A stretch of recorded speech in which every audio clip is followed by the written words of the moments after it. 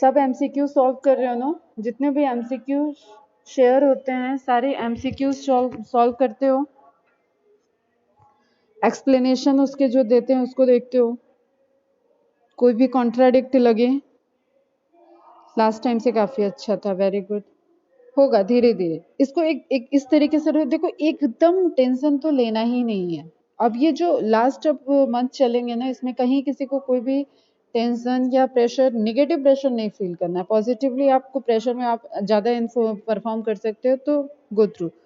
But अभी क्या ध्यान में रखना है ना, जो पिछले 2-3 टेस्ट का, उसके लिए ये मान के चलो कि जैसे एक बच्चे का एडमिशन होता है ना स्कूल में, क्लास में, फर्स्ट क्लास में, उसके या एलकेजी यूकेजी जो भी तुम लोग यहाँ पे जानते हो, उससे पहले उसको किड्जी वगैरह प्ले स्कूल में भेजा जाता है। जस्ट आप बैठो इस तरीके से, कलर पहचानो, शेप को आइडेंटिफाई करो, कुछ देर घर वालों से दूर, मम्मी पापा से दूर वो टाइम बिता सकता है या नहीं, एक हैबिट बनाई जाती है। तो इसको वैसे ही ले लो। ठीक, अभी सब रिवाइज होगा, फिर से एक राउंड साइकिल चलेगा, लेकिन अटेंटिव वे में। आपके सामने से पूरा चैप्टर जाना चाहिए, आपके सामने से पूरे एमसीक्यूज जाने चाहिए, आपको टाइम मैनेजमेंट आना चाहिए, उस पर आप अभी फोकस रहो। किसी को भी ऐसा कोई टेंशन नहीं लेना है कि हाँ नहीं हो पा रहा है, मेरा तो 300 आ रहा है, मेरा तो 200 आ रहा है, कुछ नहीं। सब एक जंप पे आगे आ जाते हैं, जस्ट आपका स्ट्रेटजीज होने चाहिए। तो अभी ये समझो कि हम टाइम मैनेजमेंट सीख रहे हैं, हम पेपर देना सीख रहे हैं, दैट्स एनफ। ठीक, कोर्सेज को जरूर रिवाइज करो। कोई भी कॉन्सेप्ट में प्रॉब्लम है, कुछ भी डाउट है, कुछ कॉन्ट्राडिक्ट लग रहा है, उसको मार्क करके रखो, पूछो। क्लियर? ठीक है। बाकी सबका कैसा हुआ टेस्ट? सिर्फ मुरनाल का रिप्लाई आ रहा है। और अभी जो नेक्स्ट संडे तुम्हारा मिक्स टेस्ट है, देखो मेरा एक था पॉइंट कि जब भी कोई टेस्ट हो तो सिलेबस सेम हो, पैटर्न अलग हो चलेगा। ठीक है, सिलेबस सेम हो, एक साथ 3-3 टेस्ट के आप अलग अलग चैप्टर्स नहीं पढ़ो तो अच्छा है। तो अब आपका जो भी टेस्ट होगा, जैसे संडे को मिक्स टेस्ट है, उसमें भी आपके PT4 के 2 चैप्टर 3 चैप्टर आएंगे। I will decide that. ठीक है, प्लांट फिजियोलॉजी है नेक्स्ट, तो मैं 3 चैप्टर तुम लोग को आज बता दूंगी कि कौन से 3 चैप्टर संडे वाले टेस्ट में आएंगे। और फिर आई थिंक 12 या 13 को जब भी आपका है, तो उस दिन आप पूरी कंप्लीट प्लांट फिजियोलॉजी का दोगे टेस्ट। ठीक है, तो एक प्रॉपर स्ट्रेटजी से चलो। रिवाइज हम सारे चैप्टर कराएंगे। अभी इस संडे एक मिक्स टेस्ट होने वाला है, उसमें 90 क्वेश्चन आएंगे। तो 90 क्वेश्चन के लिए भी सिलेबस आपका अगेन प्लांट फिजियोलॉजी है, और ऑलरेडी एक बार प्लांट फिजियोलॉजी के फर्स्ट 3 चैप्टर आप दे चुके हो। तो डोंट बी पैनिक, अच्छे से यहाँ से अगर टाइम निकल जाए रिवाइज करके तो अदर चीज़ों को आप रिवाइज करो, फिजिक्स को टाइम दो, केमिस्ट्री को टाइम दो, लेकिन जो भी अब एक स्मूथली चलो, सारा सिलेबस एक ही रहेगा। ठीक, फिर जब हम लोग बोर्ड वाले चैप्टर्स में आएंगे तब अब बोर्ड के टेस्ट होंगे। सब्जेक्टिव टेस्ट अब मैं बीच में नहीं लूंगी। ठीक, डबल डबल सिलेबस कुछ भी नहीं चलेगा। चलो, जैसे चैप्टर का नाम है strategies for enhancement in food production.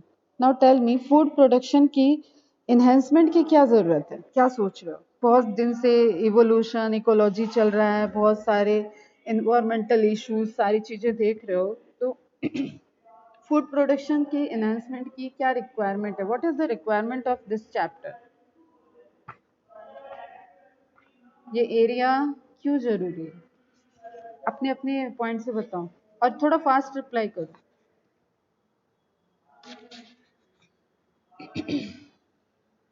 और ये भी एक ऐसा चैप्टर है ना बेटा जो थोड़ा सा इग्नोर्ड होता है, बच्चे हल्के से लेते हैं, हल्का पढ़ते हैं, और यहाँ से yes, just because of increase population, one of the factor, major factor, जैसे, और नेचुरल रिसोर्सेज का जो कम हो रहा है, या जो इस तरफ से हमारा लॉस ज़्यादा हो रहा है, उसको सब चीज़ों को एक कम एरिया में हाई प्रोडक्टिविटी यील्ड को लेना, हाई यील्ड को लेना, इन सब चीज़ों अप्रोच को ध्यान में रख के हम फूड क्वालिटी और क्वांटिटी को किस तरीके से इन्हेंस कर सकते हैं। बिकॉज जो हम लोग की पॉपुलेशन है वो तो बढ़ ही रही है, ह्यूमन पॉपुलेशन ग्रोथ है। ठीक है, और कोई पॉइंट?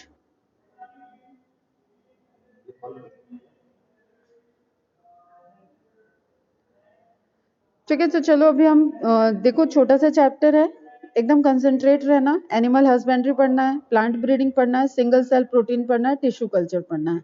एक ब्रीफली अगर मैं सबका इंट्रोडक्शन दूं, तो जो भी एनिमल से रिलेटेड हम प्रोडक्ट ले रहे हैं उसके लिए हमें जहाँ पे उनका केयर और उनका प्रॉपर फीड और सब मेंटेनेंस करके, और हम जो एल्ड है एक नेचुरल तरीके से भी हम ले रहे हैं और एक हम नेचुरली ले रहे हैं लेकिन अंडर ह्यूमन कंट्रोल ले रहे हैं, ठीक है, ताकि प्रोडक्ट की क्वालिटी इन्हेंस कर जाए। तो वो सब कहाँ पे आ जाएगा, एनिमल से रिलेटेड एनिमल हस्बेंड्री में, ठीक है। इसमें एपिकल्चर आ गया, फिशरी आ गया, सब हम काऊ वगैरह, डेयरी फार्म, ये सब चीजें इसमें आ जाएंगी जो भी रिलेटेड टू एनिमल्स हैं। Then plant breeding. Plant breeding में क्या हो गया, रिलेटेड टू प्लांट्स, क्लियर है, रिलेटेड टू प्लांट। अब हम प्लांट का प्रोपगेशन वगैरह जो भी मैकेनिज्म करें, एक तो टिश्यू कल्चर एक अलग से हो गया कि एनिमल टिश्यू कल्चर कर रहे हैं या हम प्लांट टिश्यू कल्चर कर रहे हैं। प्लांट ब्रीडिंग अलग हो गया कि नेचुरली हम जो स्पीसीज हैं उनके बीच में इनब्रीडिंग कर रहे हैं, आउट ब्रीडिंग कर रहे हैं, वाटर, ठीक है, वो सारे फैक्टर आ जाएंगे वहां पे टू एनहेंस। ओवरऑल हमारा ऑब्जेक्टिव एक ही है कि हमें प्रोडक्ट की क्वालिटी और क्वांटिटी को एनहेंस करना है। फिर एससीपी भी इसी में आ जाता है, सिंगल सेल, एक सेल के हम ये भी लेबोरेटरी वाली टेक्नोलॉजी आ जाएगी कि उससे हम कितना प्रोटीन के आउटकम्स ले रहे हैं, तो एससीपी की प्रोसेस आ जाएगी। तो ओवरऑल हमें कुछ टेक्निक्स देखनी है जिसमें जिसके थ्रू जिसको यूज करके हम फूड क्वालिटी को एनहेंस कर रहे हैं। फर्स्ट पैराग्राफ इसमें दिया हुआ है एक ब्रीफ रिव्यू की तरफ। With ever increasing population of the world, enhancement of food production is a major necessity. Biological principles as applied to animal husbandry and plant breeding have a major role in our efforts to increase food production. ठीक, समझ में आ रही है ये line? Several new techniques like embryo transfer technology and tissue culture technique are going to play a pivotal role in further enhancing the food production. एक हम natural तरीके से कर रहे हैं, फिर हम एक टेक्निकल तरीके से कर रहे हैं, एक हम और हमने पढ़ रखा है बायोटेक्नोलॉजी में, वहाँ हम जीन मैनिपुलेशन, जीन को यूज करके भी हम क्वालिटी को इन्हेंस कर रहे थे या अपने डिजायर्ड कैरेक्टरिस्टिक्स की क्वालिटी को आउटपुट ले रहे थे, ठीक है, एज आउटपुट यूज कर रहे थे। तो यहाँ पे बेटा एक ब्रॉड फिनोमिना, इस एक पैराग्राफ में आपको ब्रॉड पूरा फिनोमिना है, पहले उसको समझो, ठीक है। तो हम थोड़े से एक्स्ट्रा कुछ स्लाइड्स हैं उस पर ले चल रहे हैं, उसके बाद हम लोग बैक टू एनसीईआरटी आते हैं, ठीक है। तो एक आपका यहाँ पे विजुअलाइजेशन बहुत क्लियर होना चाहिए कि किस रेंज तक आपको बायोटेक्नोलॉजी को देखना है, कहाँ पे आप ब्रीडिंग की बात करोगे, कहाँ पे आप हाइब्रिडाइजेशन की बात करोगे, क्लियर। तो ओवरऑल पर्पस क्या है, why is improving organism important to agriculture, agriculture cultivation, इसके लिए हम क्यों इम्प्रूवमेंट की नीड है हमें, ठीक है। इसके पीछे तीन मेन फैक्टर हैं कि ये क्यों नीड है। एक तो राइजिंग वर्ल्ड पॉपुलेशन, दूसरा अर्बनाइजेशन, ये जो बिल्डर और पूरा ये बढ़ता जा रहा है, शहरी एरिया जो बढ़ता जा रहा है, तो शहरी एरिया जब भी बढ़ेगा तो वो ग्रामीण एरिया का जो विलेज वाला एरिया जो फार्मिंग कल्चर है उसको ही ओवरकम करते हुए उसके ऊपर ही बढ़ता जा रहा है। तो अर्बनाइजेशन जो बढ़ रहा है, अगर पॉपुलेशन बढ़ रही है, उनको रहने की जगह चाहिए, तो ऑब्वियसली प्लॉटिंग बढ़ेगी, ठीक है बेटा। तो वो चीज हो गई। Fewer people in production agriculture. अब आप ऑस्ट्रेलिया, यूएस, इन कंट्रीज की, नीदरलैंड, इन कंट्रीज की बात करो तो वहां पे फार्मर मतलब बहुत रिच पर्सन, ठीक है। फार्मर मतलब एक बढ़िया हेलीपैड वाला इंसान भी हो सकता है, ठीक है, उसके पास खुद का जेट हो सकता है, मतलब वेल डेवलप्ड पर्सन। और इंडिया के पॉइंट ऑफ व्यू से देखोगे तो फार्मर मतलब गरीब पर्सन, एकदम फार्मर मतलब हमारे यहाँ का दीन दुखी गरीब और एकदम उपेक्षित इंसान, जो कि हमारे कंट्री का इनफैक्ट, और कोइंसिडेंसली अभी जो फार्मर बिल वगैरह चल रहा है तो अभी इशू भी यही चल रहा है।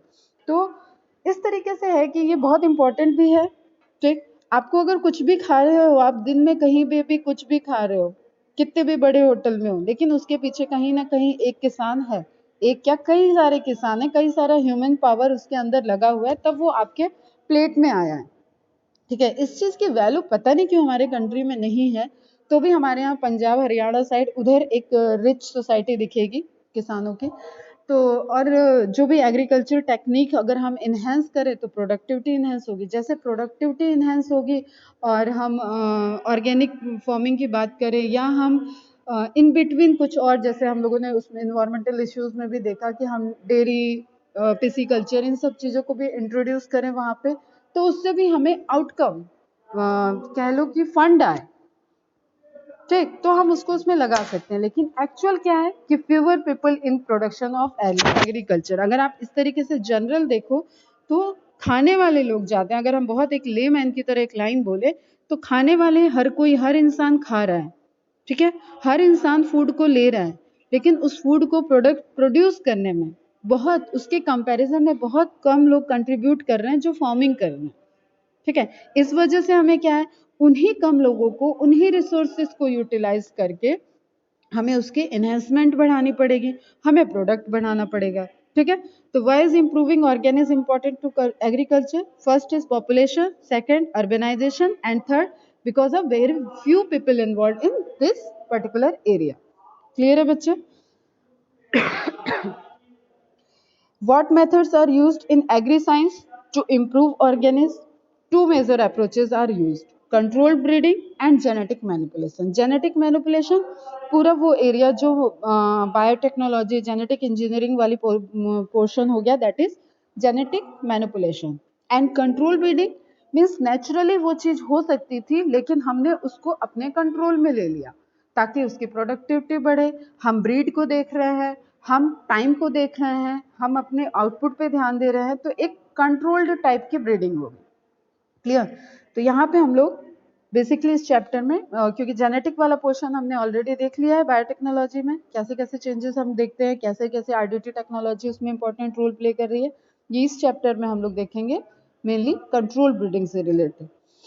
कंट्रोल ब्रीडिंग क्या हो गया? Breeding plant. अच्छा चलो बहुत हो गया, मैंने तो बहुत कुछ बोल दिया। What is difference between breeding and hybridization? What is breed, what is hybrid? Reply करो।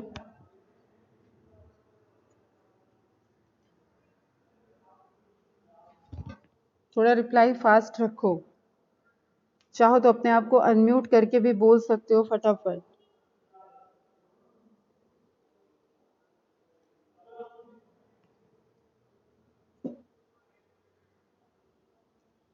अरे हो ना, सुन रहे हो ना सब? कहाँ चले गए? अनुष्का, दिव्या, कौशिक, मैथिली, मृणाल, निरंजन, प्रथमेश, सरोज, श्रुति, स्नेहा, उत्कर्ष, मृणाल। बेटा फास्ट रिप्लाई करो जना।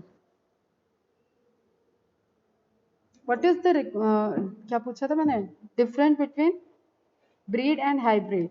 उत्कर्ष, breed between same species. Okay,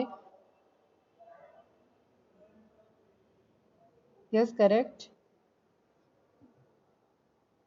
hybrid means breeding of two different characteristic. Anushka, characteristic is the trait, characteristic हम कैरेक्टरिस्टिक को नहीं कर सकते, स्पीसीज आएगा। Breed between two likely organism, natural hybrid. Yes, actually यही वर्ड सुनना था मुझे। नेचुरल अगर उनके बीच में ब्रीडिंग हो रहा है तो हम ब्रीडिंग को नेचुरल हाइब्रिड भी कह सकते हैं। एंड हाइब्रिड मेनली जो अब हम टेक्नोलॉजी को यूज करते हैं या कुछ भी, तो वहां पे हम डिफरेंट स्पीसीज, बेसिकली इसको कंफ्यूज नहीं करो। Breed means same species, hybrid means different species, different traits के लोग। हाइब्रिड में dominant traits are blend, progeny is superior than parents. Yes, hybrid की रिक्वायरमेंट क्या है? नेक्स्ट क्वेश्चन मेरा यही था कौशिक। हाइब्रिड की रिक्वायरमेंट हमें क्या है, किस लिए हाइब्रिडाइजेशन टेक्निक हम लेते हैं? ताकि हम टू सुपीरियर कैरेक्टरिस्टिक्स के पेरेंट्स को लें, उनके बीच में क्रॉस कराएं और हम डिजायर्ड कैरेक्टरिस्टिक का आउटपुट लें। नाउ ध्यान से सुनना आप next question. What is the benefit of genetic manipulation on hybridisation?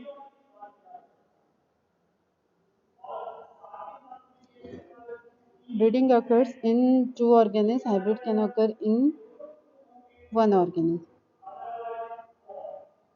नहीं बेटा, हाइब्रिड के लिए भी टू ऑर्गेनिज्म आपको चाहिए to depress the harmful trait. Okay, more output. Next question का आंसर देना। What is the desired gene is gained in the offspring? तो what is the disadvantage of hybridization उत्कर्ष?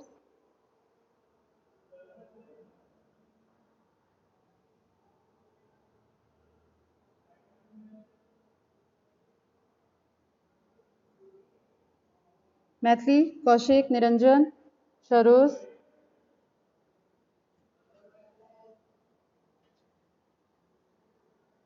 प्रथमेश,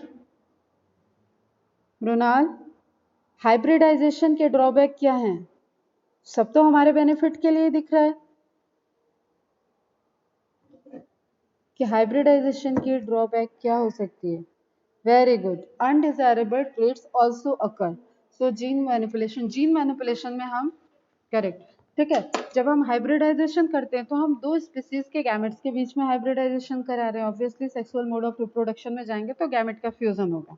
लेकिन जब हम जीन मैनिपुलेशन करते हैं तो हमें पता है हम कहाँ पे कट कर रहे हैं, क्या रिस्ट्रिक्शन एंजाइम यूज हुआ है, कौन सा डिजायर्ड जीन है और कौन सा उसको होस्ट कैरी कर रहा है, वेक्टर कौन सा यूज कर रहे हैं, एंड उसका आउटपुट क्या आएगा।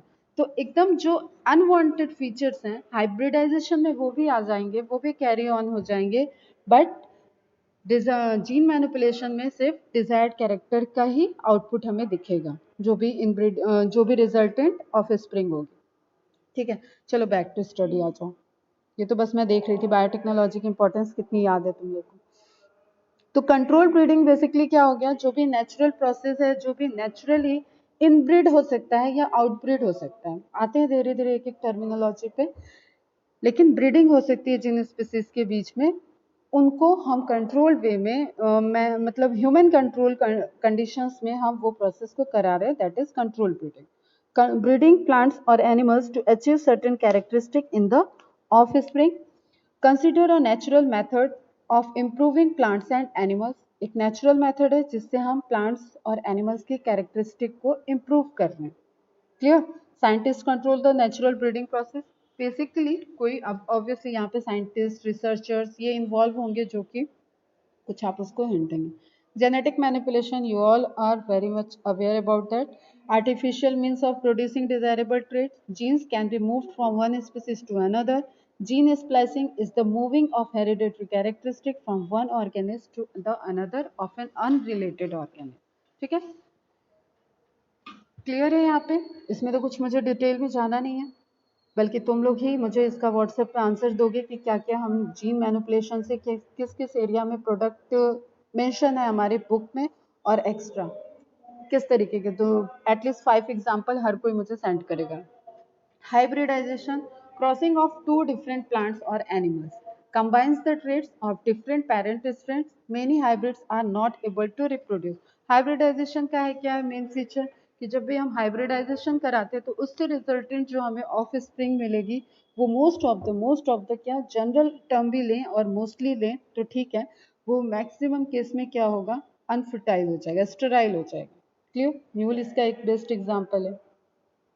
नाउ अगेन कम टू कि हम किस तरीके के प्रोडक्ट अपने डेली रूटीन में यूज़ कर रहे हैं, उसके लिए हम डिपेंडेंट हैं नेचुरल रिसोर्सेज। और एक कॉमन से चीज़ इवोल्यूशन, इकोलॉजी और सब चीज़ों से सोचो तो आज जो भी चीज़ें हम सिनेरियो देख रहे हैं ये तो धीरे धीरे मिलियंस ऑफ ईयर में इवॉल्व हुआ सिनेरियो हमारे सामने है। बट आज हम देख रहे हैं ना, हम सेपरेट सेग्रीगेट कर सकते हैं हर चीज़ को कि हम पेट एनिमल्स या हम फार्मिंग में क्या, क्यों हम बैल को यूज़ कर रहे हैं, क्यों हम गाय को यूज़ कर रहे हैं, क्यों नहीं हम हाथी को यूज़ कर लेते हैं, क्यों नहीं हम जंगल से शेर को लाके रथ में लगा ले रहे हैं, घोड़े की जगह हमने टाइगर लगा दिया होता, टाइगर और तेज दौड़ता, हमारे फास्ट हम ट्रांसपोर्टेशन कर सकते। तो इस तरीके की चीजें पहले जो लोग सिविलाइजेशन जैसे जैसे डेवलप हुई होगी उन्होंने धीरे धीरे एनालाइज किया होगा, टाइगर के पास गए होंगे तो टाइगर को अटैक करते हुए देखा होगा, फिर कैटेगराइज कर दिया, नहीं इससे मुझे खतरा है, इसके लिए हम आर्म्स डेवलप करेंगे, ठीक है, आग का यूज करेंगे, भाले बनाएंगे। तो उस तरीके का एक धीरे धीरे डेवलप हुआ। आज तो हमको डेवलप चीज दिख रही है, अगर इस पॉइंट ऑफ व्यू से तुम सोचो तो वहां पे सेग्रीगेट किया उन्होंने कि किस एनिमल्स को, किस प्लांट को हम अपने वेलफेयर के लिए यूज कर सकते हैं और किस को कौन सी चीज प्लांट के या एनिमल के स्टिंग्स हमारे लिए टॉक्सिसिटी प्रोड्यूस कर रहे हैं या कोई एनिमल हमें अटैक कर सकता है। तो इस तरीके से एक सेग्रीगेशन है, ठीक है, वहां से स्टार्ट हुआ कि वो कैसे पालन कर रहे हैं, कैसे पेट एनिमल कैसे यूज कर रहे हैं, कैसे मिल्क के प्रोडक्शन, मिल्क के लिए यूज कर रहे हैं या मीट के लिए यूज कर रहे हैं, ठीक है। फिर एग्रीकल्चर डेवलप हुआ, तो ये सब तो डेवलपिंग वाला प्रोसेस हुआ। नाउ वी नो, अगर हमें ये चीजें पता है कि हम इस चीज को यूज कर सकते हैं तो अब हमें क्या करना है, उसको इनहेंस करने के लिए सोचना है, ठीक है। यहाँ तक कोई प्रॉब्लम किसी को? इसमें बहुत सारी बातें हैं जो कि हमेशा की तरह फर्स्ट लेक्चर हर चैप्टर का एक इंट्रोडक्टरी जाता है, तो आपको पूरे चैप्टर का कोर समझना है। कोई कथा नहीं है कि मैं बात दूं और हो गया, ठीक है। लाइजर एग्जाम्पल। तो अब कुछ डेटा देखो बेटा ध्यान से। वर्ल्ड फूड सिक्योरिटी, एक जो चल रहा है क्यों हमें फूड इन्वेस्टमेंट रिक्वायर्ड है, उसका यहाँ पे दिया हुआ है कि feeding growing population is difficult. 854 million people lack access to food. 3 billion people are malnourished, मतलब वो माल न्यूट्रिशन उनमें इफेक्ट कर रहा है, उनको प्रॉपर न्यूट्रिटिव डाइट नहीं मिल रही है। Annual grain production has increase from 1961 to 2008 due to increasing population. Amount of grain per person has not increase. Two areas of the world with the greatest food insecurity, हमें पता है कि south Asia, पूरा अपना south Africa south Asia वाला जो एक area है, वो बहुत ज़्यादा माल न्यूट्रिशन के केसेस वहाँ पे हमें देखने को मिलते हो कि मतलब वहाँ पे बहुत ज़्यादा कुपोषण वाली चीज़ें हमें रिपोर्टेड हो रही हैं, ठीक।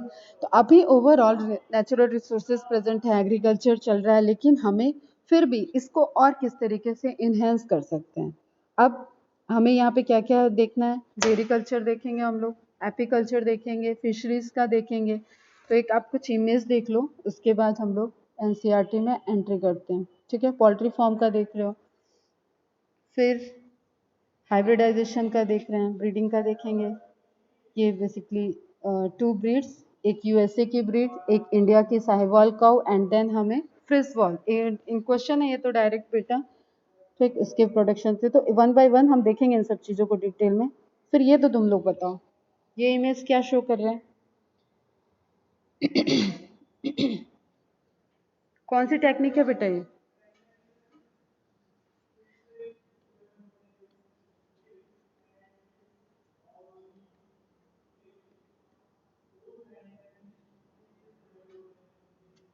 टिश्यू कल्चर के ऊपर और hydroponic. Hydroponic is okay, but और ब्रॉडर ब्रॉडर।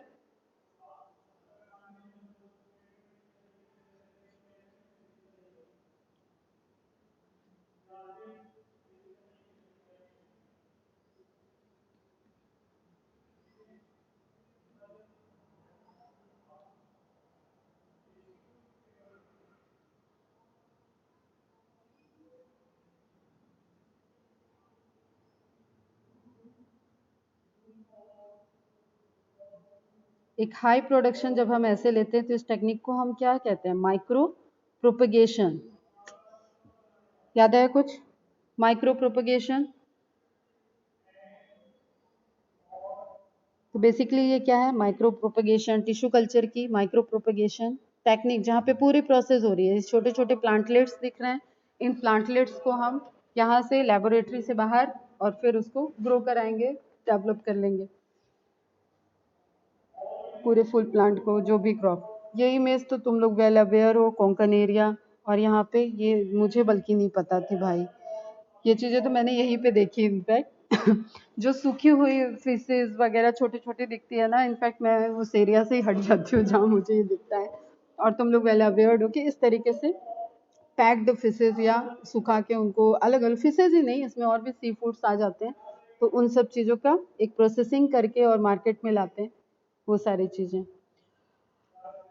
अब एक बार पहले भी मैंने तुम लोगों को नीदरलैंड का मिल्क कैसे प्रोड्यूस होता है, सबसे हाई क्वालिटी का हॉलैंड नीदरलैंड, उधर के मिल्क के जो न्यूट्रिटिव वैल्यू होती है वो क्यों इनहेंस होती है, कैसे उसको डील करते हैं लोग, कैसे वहाँ का एक major source of economy in सब चीज़ों पे डिपेंडेंट है वहाँ की, और हाइजीनिसिटी कैसे मेंटेन होती है। तो ये वाला इमेज तो पहले भी देखे हुए हो,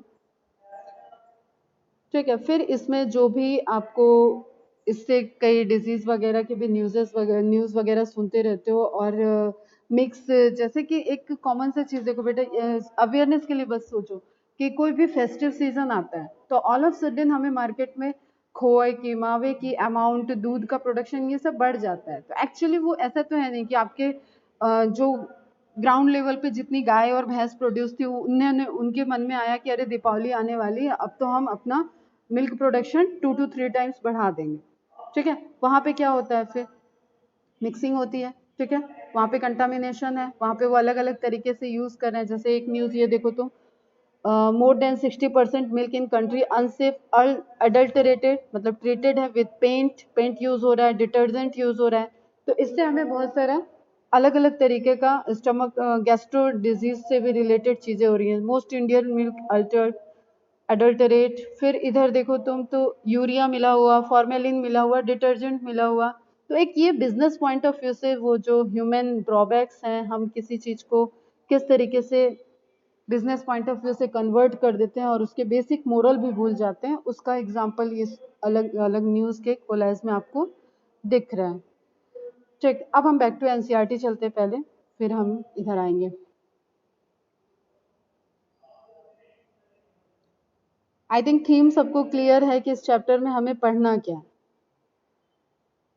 first about the animal husbandry, क्या हो गया यहाँ पे। अब आप जो भी एक इसको बोलते हैं बेटा कि आप जो भी नेचुरल स्टॉक्स, ठीक है, जो लाइव स्टॉक्स हैं एनिमल्स के, वो सब कलेक्टिवली आ जाते हैं एनिमल हस्बेंड्री में। Is the agriculture practice of breeding and raising live stock. Live stocks में आपका ऐसा कुछ नहीं है कि सिर्फ काऊ आ रहा है, यहाँ पे आपके पोल्ट्री फार्म से रिलेटेड भी आ जाएगा, गोट, कैमल, शीप, जो भी एग्जांपल यहाँ पे दिया ही हुआ है, बुफेलो, पिग, जिससे भी आप मीट प्रोडक्शन ले रहे हो या वॉट एवर आप एनिमल का प्रोडक्ट यूज कर रहे हो, वो सब कहाँ पे आ जाएंगे बेटा, कलेक्टिवली एनिमल हस्बेंड्री में। Is the agriculture practice of breeding, agricultural word animals के लिए भी यूज होता है, सिर्फ प्लांट्स के लिए यूज नहीं होता है। Practice of breeding and raising live stock, ठीक है। तो लाइव स्टॉक वर्ड को क्लियर रखना बेटा कि what is mean of live stock. जो भी लिविंग एनिमल्स हैं जिनसे हम कोई आउटपुट रिसोर्सेज को यूज कर रहे हैं अपने डेली लाइफ में, food as a food, medicine, whatever, किसी भी तरीके से हम यूज कर रहे हैं, वो सब कलेक्टिवली आ जाएंगे। उनकी पॉपुलेशन जो उनको हम मेंटेन करके ब्रीड वगैरह करा रहे हैं और उनकी पॉपुलेशन को, उनकी क्वालिटी को मेंटेन कर रहे हैं, that is under the live stock. As such, it is a vital skill for farmers and is as much science as it is art.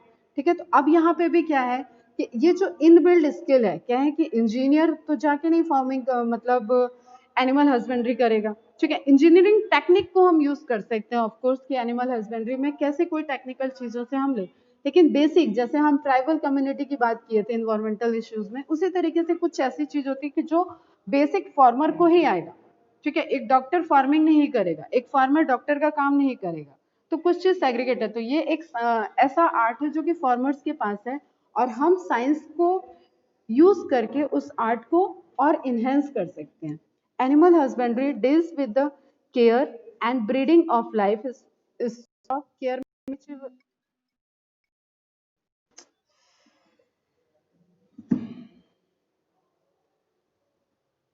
एक मिनट बेटा, केयर में क्या आ गया कि हम उनका कैसे मेंटेनेंस कर रहे हैं, उनके लिए हम कैसा एक इंफ्रास्ट्रक्चर बना रखे हैं, क्या हम उनकी फीडिंग क्या दे रहे हैं, हम क्या उनका डाइट रखे हुए हैं, ठीक है, किस तरीके से हमने हाइजीन मेंटेन किया हुआ है, वो सब क्या हो गया, केयर।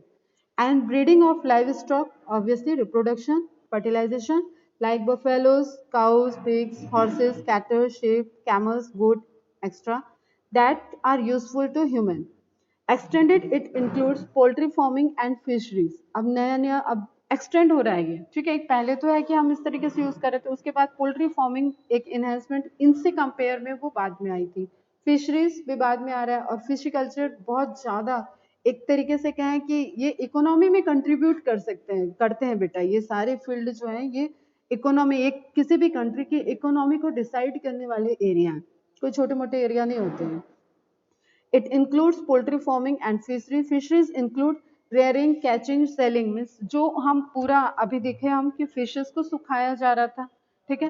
तो फिश को पकड़ना, उसको स्टोर करना, उसको ट्रीट करना, फिर पैकेज्ड करना, सेल करना, ये सारे प्रोसेस जो हो जाएंगे वो कलेक्टिवली कहाँ पे आया, फिशरीज में।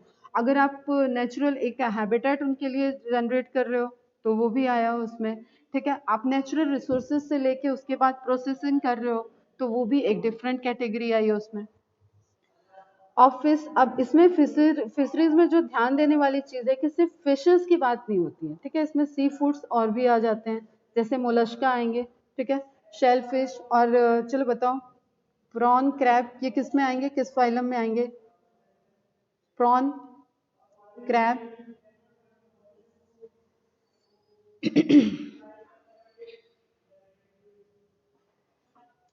ऑर्थ्रोपोडा। Very good. ठीक है, तो हमें एक वो जो लिस्ट हमेशा हम ध्यान में रखते हैं कि ट्रू फिश क्या है क्या नहीं है, वहां से रिकॉल करते रहा करो टाइम टू टाइम। तो fisheries include rearing, catching, selling extra off fish. Mollusca की बात करें, फिशेस की बात करें, क्रस्टेशियंस की बात करें जैसे प्रॉन और क्रैब्स हैं।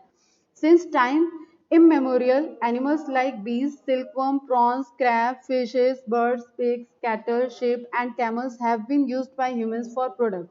ये पूरा जो एक रेंज दिया हुआ है, ये आपको रेंज ध्यान में रखना है। और ये कोई ऐसी ध्यान में रखने वाली चीज बहुत बड़ी नहीं है बेटा, आप डेली इंटरेक्ट होते हो उनसे।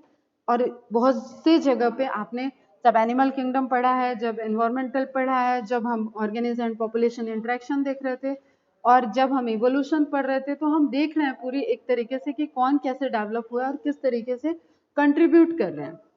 क्लियर? तो हम इन सब से क्या प्रोडक्ट ले रहे हैं, उस प्रोडक्ट्स के कुछ एग्जांपल्स दिए हैं। मिल्क प्रोडक्शन, एग्स, मीट, वूल, सिल्क, हनी। कोई भी हम कपड़े वगैरह की क्लॉथ इंडस्ट्री की बात करें तो वहां पे भी इनका रोल है। ठीक, मेडिसिनल पर्पज से बात करें वहां पे भी इनका रोल है। और कई जगह मतलब हम डेली रूटीन में आप देखो, सुबह से शाम आप सिर्फ एनालाइज करो तो आपको मल्टीपल जगह दिखेगा जहां पे आप डायरेक्टली और indirectly you are related to animals. It is estimated that, अब ये डेटा आपके लिए बेटा बहुत इंपॉर्टेंट है, पॉपुलेशन के पॉइंट ऑफ व्यू से जो एस्टिमेशन है, ठीक है, it is estimated that more than 70% of the world live stock population, जो हमने यहाँ पे सारे ऑर्गेनिज्म की बात की, उसमें 70% of the world live stock किसके पास है? इंडिया और चाइना के पास। ठीक है, बट इंपॉर्टेंट थिंग कि उससे हम प्रोडक्ट कितना दे रहे हैं। अब 70% जिसके पास है उसको कंट्रीब्यूशन भी हाई करना चाहिए, समझना इस चीज को, उसका कंट्रीब्यूशन भी प्रोडक्ट में हाई होना चाहिए ना। अब जहाँ पे कोई चीज नंबर में ज्यादा है जिससे हम प्रोडक्ट ले रहे हैं तो ऑब्वियसली प्रोडक्शन का तो उधर ही होगा, जबकि कंपैरिजन चेंज कितना है, मतलब हम यहाँ बात कर रहे हैं कि 70% कंट्रीब्यूट कर दिया इंडिया और चाइना ने। ठीक है, लेकिन जब प्रोडक्ट की बात कर रहे हैं तो ये 70% लाइव स्टॉक 100% प्रोडक्ट के, अगर प्रोडक्ट की बात करें तो 100% प्रोडक्ट हो जाएगा, पॉपुलेशन की बात करें तो 100% पॉपुलेशन हो जाएगी बेटा। तो पॉपुलेशन में तो कंट्रीब्यूशन हो गया 70% का, लेकिन टोटल प्रोडक्ट में कंट्रीब्यूशन कितना दे रहा है इंडिया और चाइना? सिर्फ 25% का। इंपॉर्टेंट डेटा है बेटा। अब इसका रीजन बताओ, सोचो तुम लोग, इतनी सारी कहानी आज मैंने बता दी, what should be reason behind it? क्या रीजन होगा कि प्रोडक्शन में पॉपुलेशन डेंसिटी हाई है, number of live stocks high है, उनकी वेराइटीज हाई है, ठीक है, ट्रेडिशनल टेक्निक्स यहाँ हाई है। Yes, lack of new technology. ठीक है, लैक ऑफ न्यू टेक्नोलॉजी, और इस तरफ इस एरिया में फोकस कम होना। क्लियर? इस एरिया में कम ह्यूमन मैन पावर का यूज होना, कम लोगों का इन्वॉल्वमेंट। यस, अभी आपको जैसे एक जनरल आपने, लेकिन किसी को भी बोलो कि कोई भी आप क्लास में देख रहे हो, बढ़िया आप डीपीएस की बात कर लें, एक बढ़िया स्कूल जहाँ पे अच्छी अच्छी कार से लोग आ रहे हैं सब कुछ, और वहां पे कोई एक किसान का बेटा पढ़ रहा, ठीक, भले ही वो किसान अच्छे घर से है, सब कुछ है, उसको भी फीस देके उसके पापा मम्मी ने भेजा होगा, लेकिन वो बताने में एक संकोच जरूर लगेगा। ये हमारे यहाँ की कोर मेंटेलिटी हो चुकी है। ठीक है, तो वो भी चीज इंपॉर्टेंट है कि एक हम इस तरफ जा ही नहीं रहे, अवेयरनेस ही नहीं है, हम यूज करना जानते हैं लेकिन हम कंट्रीब्यूट करना कम जानते हैं। ठीक है, तो यहाँ पे क्या डेटा है? Surprising to note that the contribution to the world farm produce is only 25%। Besides of 70% population हमारे पास है लाइव स्टॉक की, लेकिन हम 25% ही सिर्फ प्रोडक्टिविटी में कंट्रीब्यूट कर रहे हैं। The productivity per unit is very low. Hence, in addition to conventional practices of animal breeding and care, newer technology also have to be applied to achieve improvement in quality and productivity.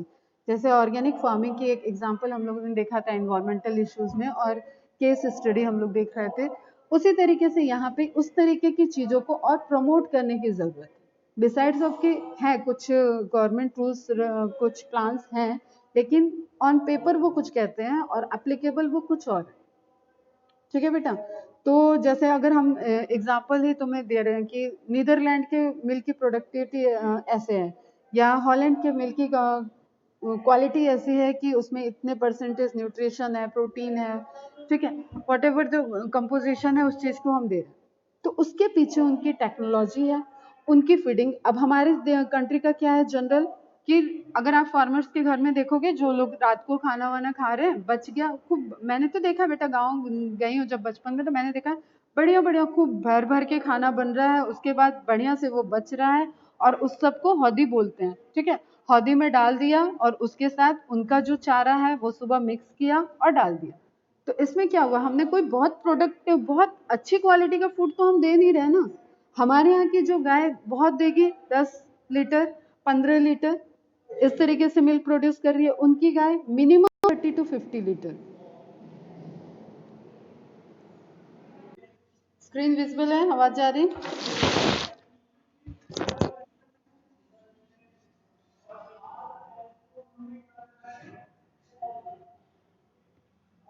ठीक है, तो यहाँ तक I think core chapter का समझ में आ गया है।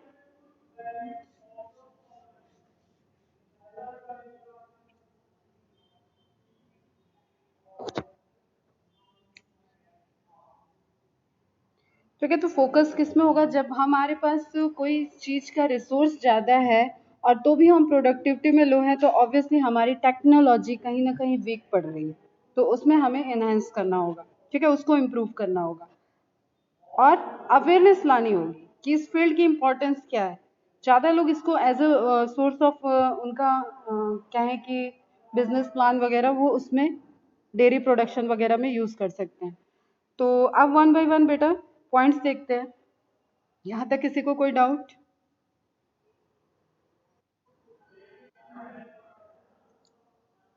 ठीक, फर्स्ट है management of farms and farm animals. A professional approach to what have been traditional practices of farm management gives the much needed boost to our food production. Let us discuss some of the management procedures employed in various animal form systems. अब हमें यहाँ पे बेटा बहुत ज़्यादा NCERT से जाने की कोई ज़रूरत ही नहीं है, हमें सिर्फ सिस्टम वगैरह को देखना है। तो फर्स्ट है डेयरी फार्म मैनेजमेंट। डेयरी का नाम सुनते ही हमें एक मिल्क प्रोडक्शन का सीन क्रिएट हो जाता है, ठीक है, जो भी हम डेयरी प्रोडक्ट्स यूज़ करते हैं, चीज़, बटर, ठीक है, पनीर, मिल्क, मिठाई वगैरह जो भी बनती है, तो वो कहीं ना कहीं हम डेयरी पे डिपेंडेंट है। Dairying is the management of animals for milk and its products for human consumption. Can you list the animals that you would expect to find in a dairy? यही, ये जो क्वेश्चन मार्क है ना, यहाँ पे एक सोच अपनी गाय पे जाती है और वहां पे रुक जाती है, but there are certain more animals, you know, कि वो सब भी वहां पे इंक्लूडेड होंगे। What are the different kinds of products that can be made with milk from a dairy farm? इसमें मुझे तो कुछ बताना नहीं है, एक लिस्ट तुम लोग खुद बना सकते हो। In dairy farm management we deal with, अब मैनेजमेंट की बात करें तो हमें किस किस चीज से डील करना है? With process and system. क्या प्रोसेस है, क्या उनकी रूटीन है, किस तरीके का उनको फूड दिया जा रहा है जिससे उनकी क्वालिटी, फूड जो उससे प्रोडक्ट हम ले रहे हैं उसकी क्वालिटी इनहेंस हो, ठीक है। अगर प्राइमरी प्रोडक्ट की बात करें तो ऑब्वियसली वो मिल्क होगा, उसके बाद उसके प्रोसेसिंग से डिफरेंट डिफरेंट प्रोडक्ट बनाए जाते हैं, ठीक। तो in dairy farm management we deal with process and system that increase yield and improve quality of milk. तो क्वालिटी एंड क्वांटिटी की बात दोनों ही होगी। Milk yield is primarily dependent on the quality of breeds in the farm। तो first कि हम कौन से ब्रीड यूज कर रहे हैं, भाई उसकी जीन जेनेटिक्स क्या है उस ब्रीड की, ठीक है, उस ब्रीड की जेनेटिक्स है कि वो 10 लीटर दूध देगी, तो उससे आप 50 लीटर दूध नहीं प्रोड्यूस करा सकते, भले ही कितनी भी न्यूट्रिटिव वैल्यू हाई कर दो, ठीक है बेटा। तो फर्स्ट पॉइंट इज ब्रीड, क्या ब्रीड है उस फॉर्म में। Selection of good breeds having high yielding potential under the climatic condition of the area. अब ऑब्वियसली सबका एक अपना क्लाइमेट जोन होता है, हैबिटेट होता है, जहाँ पे वो मोर अप्रोप्रिएट ग्रो कर सकते हैं। Combined with resistance to disease, हम डिजीज रेजिस्टेंस एरिया उनको दे सकते हैं जितना ध्यान रखेंगे, ठीक है। एक कोई कंटामिनेशन, कोई इस तरीके, एक हाइजीनिसिटी एक तरीके से मेंटेन रखेंगे, तो जो प्रोन डिजीज है, मतलब जिस चीज का इन्फेक्शन उस पे पैरासाइट अटैक जिस जिस तरीके का हो सकता है, उससे हम वहाँ पे प्रिवेंटिव मेजर्स यूज कर सकते हैं, ठीक है, प्रिवेंट कर सकते हैं. For the yield potential to be realized, the cattle have to be well looked after. They have to be housed well. Infrastructure में उनको प्रॉपर हाउस्ड वेल. ये नहीं कि हम एक और कॉमन चीज बात करते हैं यहाँ पे कि हमारे साइड में क्या देखते होगे, रोड पे छोड़ दिया जाता है, ठीक है. सुबह दूध लिया कैटल को, वही कुछ जो उनका फीड है वो दिया, उसके बाद उनको छोड़ दिया. अब वो दिन भर खुद घूमेंगे, खुद घास, प्लास्टिक, वट जो भी खा रहे हैं फूड के साथ उनके अंदर जा रहा है. उसके बाद वो शाम को अपने आप घर लौट के आए, ठीक. उसके बाद उनसे फिर से मिल्क लिया जाएगा. लेकिन बीच में जो उनको केयर था, जो उनका एक्सपोजर हुआ, हो सकता है कोई हैजार्डस मटेरियल उनके अंदर जा गया, कोई टॉक्सिक मटेरियल उनके अंदर गया, जिससे उनको भी प्रॉब्लम होगी. और ऑब्वियसली आपकी जो इल्ड पे फोकस ही नहीं है, क्वालिटी पे फोकस ही नहीं है, तो वो भी कहीं ना कहीं डिटोरिएट होगा. For the yield potential to be realized, the cattle have to be well looked after. They have to be housed well, should have adequate water and be maintained disease free. इस तरीके की condition होनी चाहिए उनके food की, उनके water की, उनको डिजीज फ्री रखने के लिए एक पूरा प्रॉपर आपका कंस्ट्रक्टेड इंफ्रा होना चाहिए. The feeding of cattle should be carried out in a scientific manner. एक प्रॉपर जो पर्टिकुलर डाइट उनका, ये नहीं कि कुछ भी खिला दिया. एक आप जो डाइट, अब तो इतना टेक्नोलॉजी इसमें भी हाई है कि स्टडी हो चुका है, रिसर्चर्स बता सकते हैं कि हाँ क्या प्रॉपर कैटल डाइट होना चाहिए. पैक्ड भी उनकी भी डाइट आ रही है, आप उनको यूज करो. आप जो जनरल ग्रीन दे रहे हो वेजी उनको, उसके साथ उन डाइट पाउडर को भी मिक्स कर दो, तो उससे उनकी प्रोडक्टिविटी इनहेंस हो जाएगी. Nowadays, of course, much of these processes have become mechanized, which reduces chance of direct contact of the produce with the handler. एक हाइजीनिसिटी दोनों साइड से मेंटेन होना चाहिए बेटा. आप जो इस एनिमल को यूज कर रहे हो उसकी भी हाइजीनिसिटी मेंटेन करना है, और जो इंसान, जो मैन पावर उसमें इनकॉर्पोरेट हो रहे हैं, वो भी हाइजीनिसिटी को मेंटेन करेंगे. Ensuring this stringent measures would of course require regular inspection with proper record of keeping. अब एक्चुअली क्या होना चाहिए ना, इन सब चीजों के पीछे जो जैसे फूड इंस्पेक्टर वगैरह की जो पोस्ट होती है ना, उन सब में बहुत, तो जो ऑन ग्राउंड जाके वो लोग काम नहीं करते, पेपर वर्क हो जाता है. तो इसकी प्रॉपर एक मॉनिटरिंग होनी चाहिए कि रेगुलर इंस्पेक्शन होना चाहिए कि क्या उस डेयरी फार्म में ये चीजें मेंटेन रखी जा रही है. क्या वहाँ के जो, जब हम ओपन करते हैं तब हमें जो परमिशन लेना होता है उसके अकॉर्डिंग हम नॉर्म्स को फुलफिल करके दिखा देते हैं, बट बाद में वो चीजें मेंटेन नहीं होती है. तो ऑब्वियसली वहाँ पे एक डिटोरिएशन दिखेगा आपको कि क्या वहाँ पे आप मेंटेन तो किया नहीं, तो ऑब्वियसली एक वहाँ पे आपका जो यील्ड है वो डिक्लाइन करेगा. विद प्रॉपर रिकॉर्ड कीपिंग, तो इसकी प्रॉपर एक मॉनिटरिंग होनी चाहिए.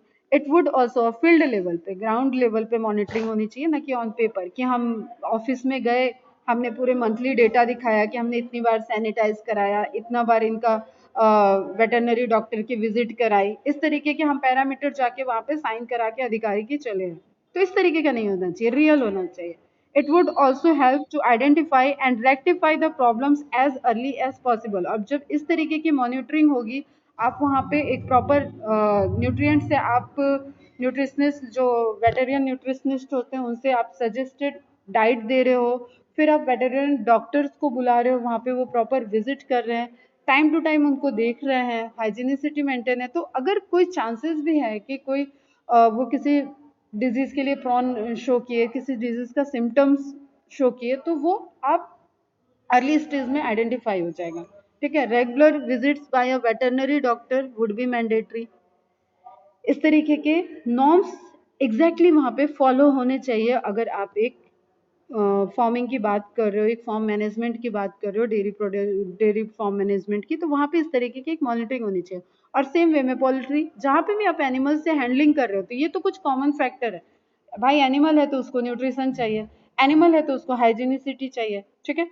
आप उससे जो प्रोडक्ट ले रहे हो, जो उसको हैंडल कर रहा है, उन सब चीजों में एक प्रॉपर प्रोटोकॉल होनी चाहिए.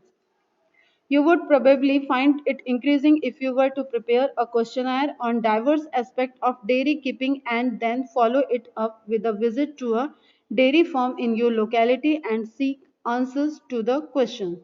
अब क्या होता है बेटा, जब कॉलेज में जो लोग एग्रीकल्चरल वगैरह में ग्रेजुएशन वगैरह करते हैं, उन लोगों का तो पूरा प्रॉपर प्रोजेक्ट ही इन सब चीज़ों पे होता है। वो विजिट करते हैं ऐसी जगह, वो वहाँ से उनको प्रोजेक्ट रिपोर्ट बनाने हो गया कि जैसे जैसे सपोज रत्नागिरी की डेयरी रिपोर्ट्स बनानी है, ठीक है, तो वो यहाँ की डेयरी को विजिट करेगा, वहाँ के नॉर्म्स चेक करेगा, वहाँ की यील्ड क्या आ रही है ये चेक करेगा, उनका किस तरीके का मेंटेनेंस है, क्या ड्रॉबैक्स हैं, क्या पॉजिटिव पॉइंट है, उसको वो बना के पूरा एक प्रोजेक्ट फॉर्म में देगा।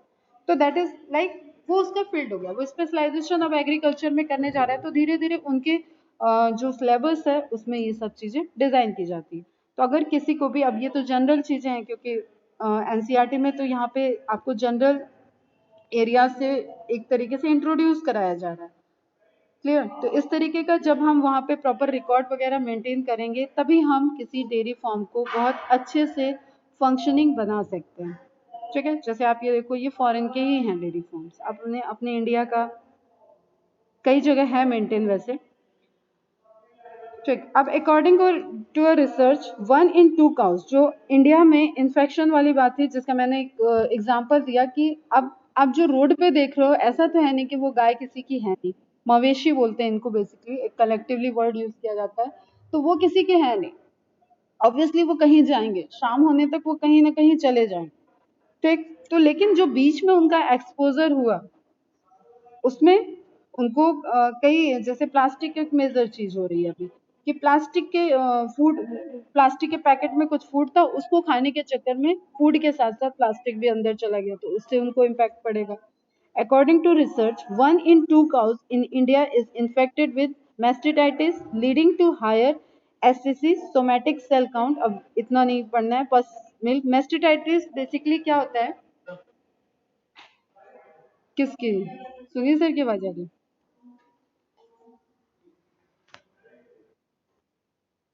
एक, भैया ये वाला डोर थोड़ा सा क्लोज कर, पूरा मत करिएगा, थोड़ा क्लोज,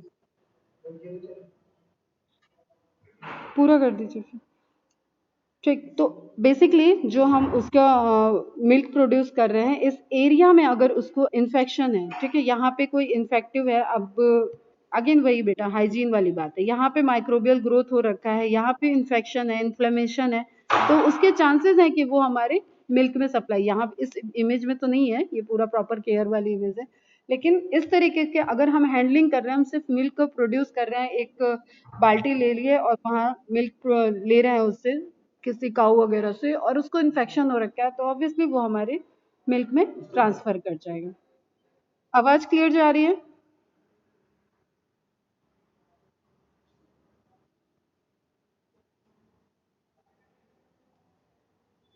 वॉइस क्लियर है मेरी?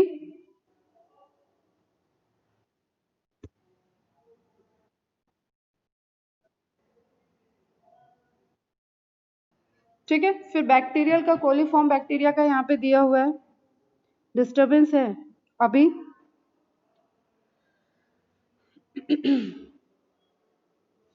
अभी आ रही है आवाज सही से? सेंटेंस में पढ़ रही, बताना। जैसे 9 in 10 samples found positive for coliform and E coli due to faecal contamination. Disturbance है क्या? फ्लक्चुएट हो रही है वॉइस?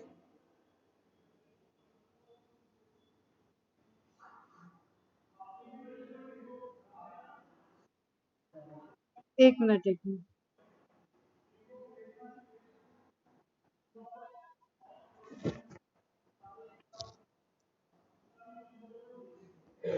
अच्छा, वहां से आवाज जा रही थी, उत्कर्ष अनम्यूट था, ठीक है। अभी ठीक है? नहीं,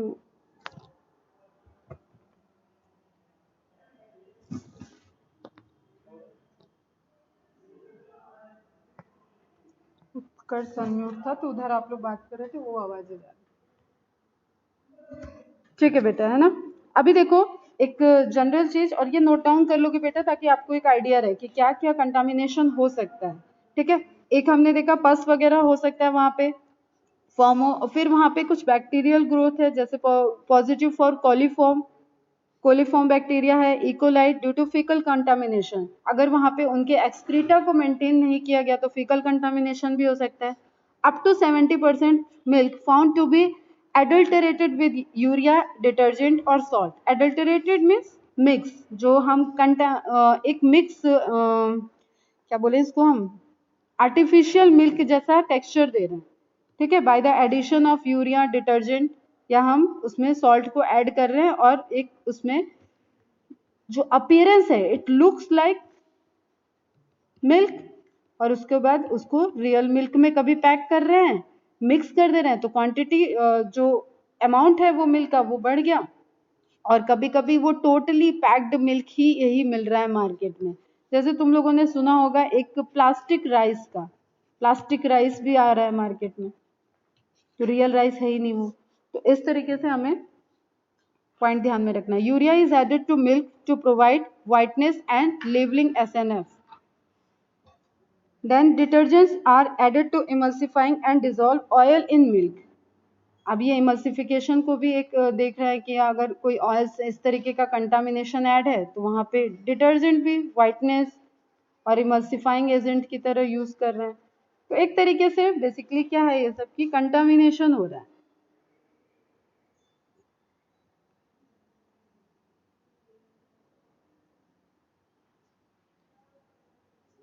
ठीक है बेटा, और इससे ज्यादा अभी अपने को डेयरी प्रोडक्शन में और कुछ देखना नहीं है यहाँ पे।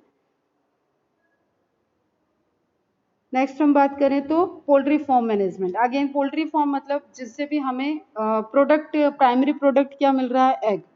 ठीक, अब इसमें एक रेंज आ जाएगा, टाइप्स ऑफ बर्ड्स आ जाएंगे। ऐसा नहीं है कि अब ये जैसे उसके लिए माइंडसेट है गाय भैंस का, इसके लिए माइंडसेट है मुर्गियों का, तो मुर्गियां ही नहीं है, बाकी और भी टर्कीज वगैरह, डक वगैरह भी इसमें मेंटेन की जाती है। तो poultry farm management basically related to birds जिनके हम एग को यूज कर, अगर हम ऑस्ट्रिच के एग से भी कोई आउटपुट ले रहे हैं तो वो भी पोल्ट्री में आ जाएगा।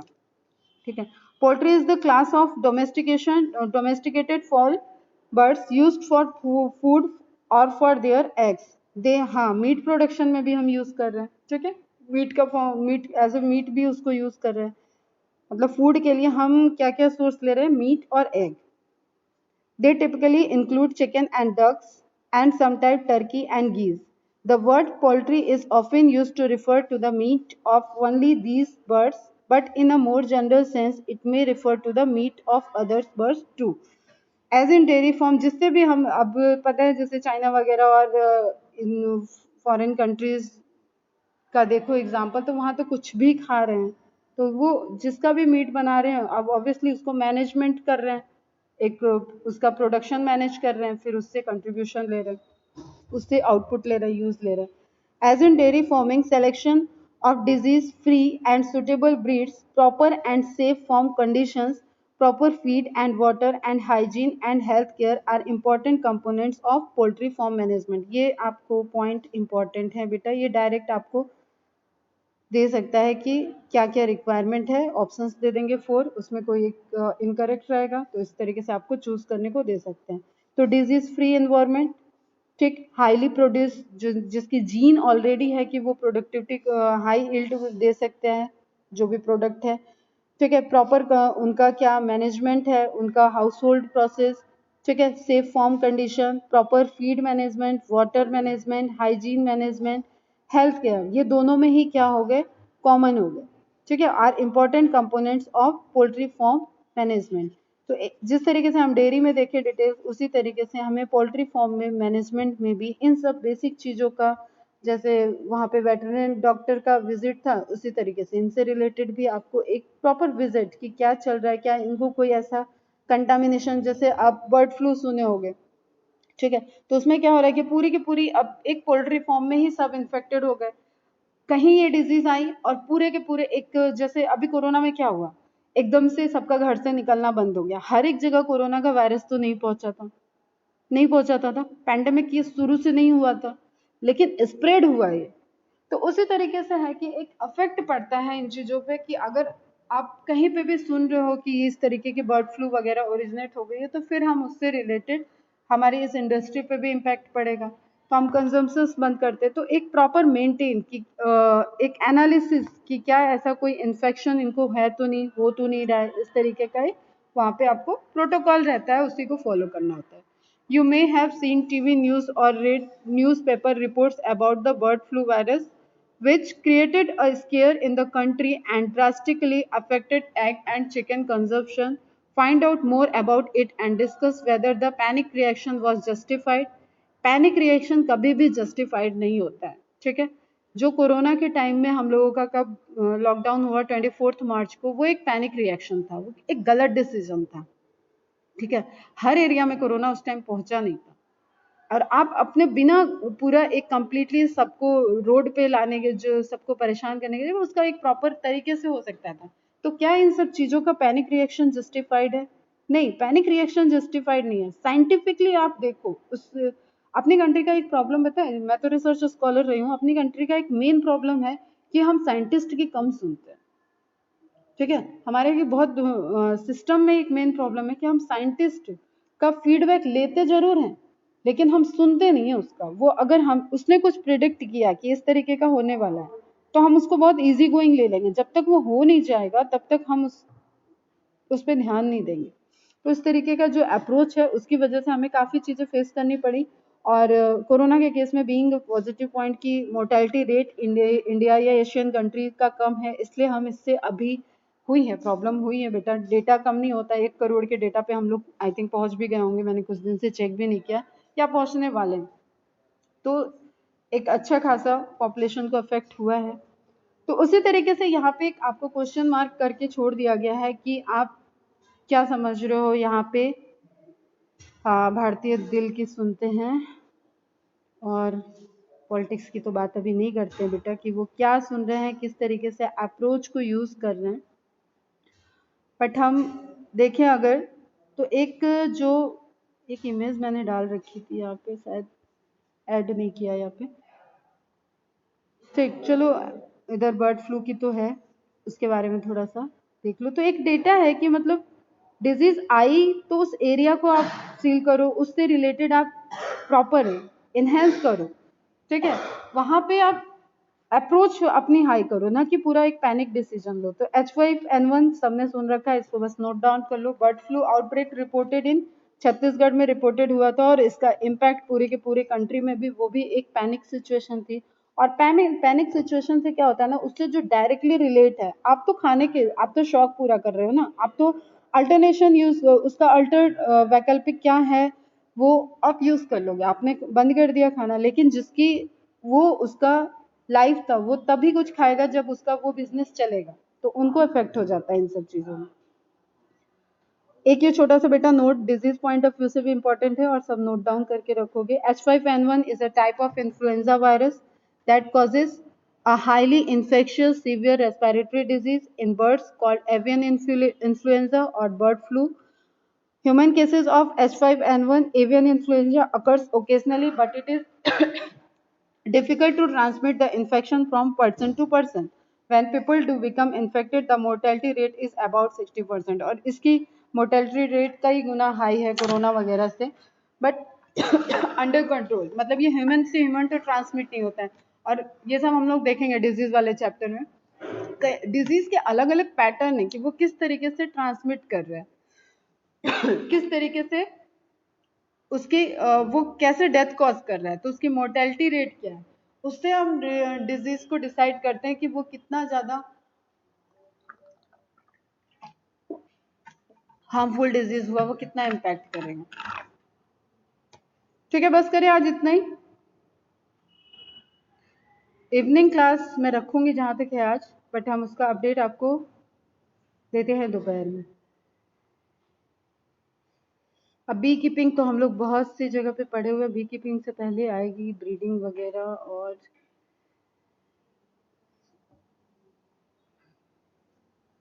अच्छा ठीक है, अभी अपना मैनेजमेंट वाला पोर्शन वैसे भी कंप्लीट हो चुका है।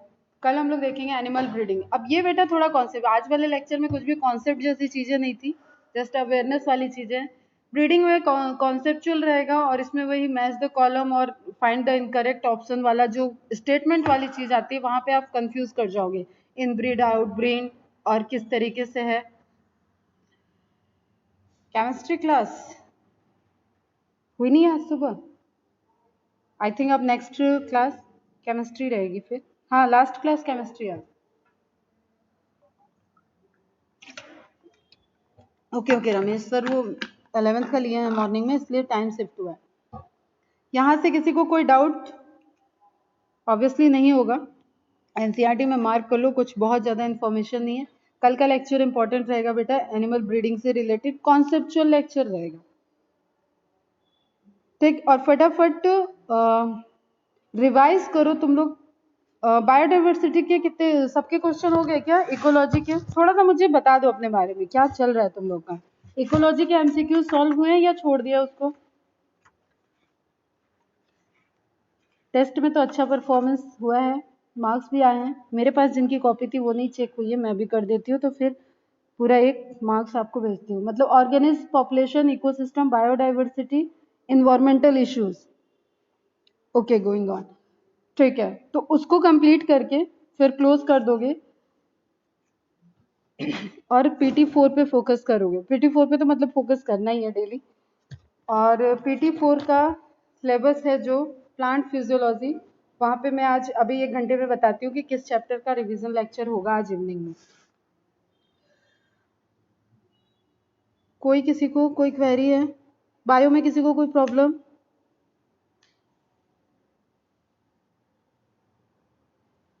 और सुनो एक चीज और, थोड़ा सा आना स्टार्ट करो।